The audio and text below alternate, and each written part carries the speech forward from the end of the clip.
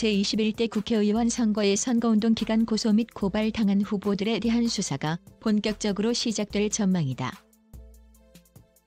앞서 서울 광진을 고민정 더불어민주당 당선인은 투표일 전날인 14일 광진구 선거관리위원회로부터 고발을 당했다. 당시 후보였던 고 당선인은 홍보물에 고민정 같은 국회의원 10명만 있으면 살맛나는 대한민국이 될 것이라는 박상철 자양전통시장 상인회장의 응원 문구를 게재했다. 그러나 박 회장은 주민자치위원이라 특정 후보자 지지를 공개적으로 할 수 없는 신분으로 고 당선인은 고발의 대상이 됐다. 이는 고 당선인의 경쟁자였던 오세훈 미래통합당 후보 측의 고발로 인해 시작됐다. 오 후보 측은 서울 동부지방검찰청의 고 후보와 선거사무장 1인 등 총 3명을 공직선거법 제250조 및 공직선거법 제60조 위반 혐의로 수사를 의뢰했다.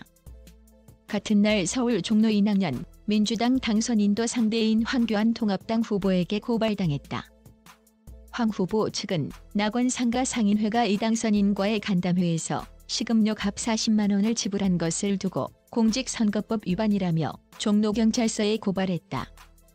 당시 이 당선인 측은 해당 모임은 인문학회 회원들이 친목을 위해 정례적으로 마련하는 자리라 이 후보가 주최했다는 것은 사실이 아니라고 밝혔다. 과거 성인 유료 팟캐스트에 출연한 것으로 논란을 일으킨 안선 단원을 김남국 민주당 당선인에 대한 수사도 진행 중인 것으로 알려졌다. 김 당선인은 팟캐스트 방송이 청소년 유해 매체물임을 표시하지 않고 미성년자도 청취할 수 있게끔 했다는 이유로 시민단체 사법시험준비생 모임으로부터 고발당했다.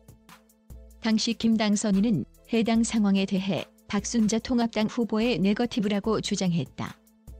중앙일보에 따르면 이밖에 고발당한 후보들은 대부분 선거관리법상 허위사실 공표 혐의를 받는다. 대법원 재판연구관 출신인 황정근 법무법인 소백 변호사는 매체 선거 후에도 공소시효가 끝나는 10월까지 고발이 이어질 것으로 관측했다. 오는 4.15 총선 서울 동작을 지역에 출마하는 나경원 미래통합당 후보가 같은 지역구에 출마한 이수진 더불어민주당 후보를 고발한다고 밝혔다.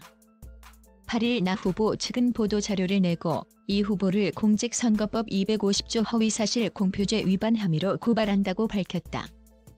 나 후보 측은 이 후보의 주장 중 아래와 같은 부분이 공직선거법 위반에 해당한다고 봤다. 나 후보 측은 이 후보는 민주당 영입 인재로 입당할 당시 자신이 양승태 대법원장 시절 블랙리스트 판사라고 주장했다라며 그 후 일부 매체가 이 후보자의 주장을 믿을 수 없다며 의혹을 제기했지만 이 후보자는 계속 본인이 블랙리스트 판사라는 주장을 반복했다고 전했다. 그러면서 지금까지 드러난 여러 증언과 증거를 종합하면 이 후보의 주장은 명백한 허위라고 밝혔다. 법관 블랙리스트 명단에서 이 후보의 이름을 찾아볼 수 없으며 재판연구관 임기를 못 채운 것도 업무 역량 부족이라는 지적이다. 이에 대해 이 후보도 입장을 밝혔다.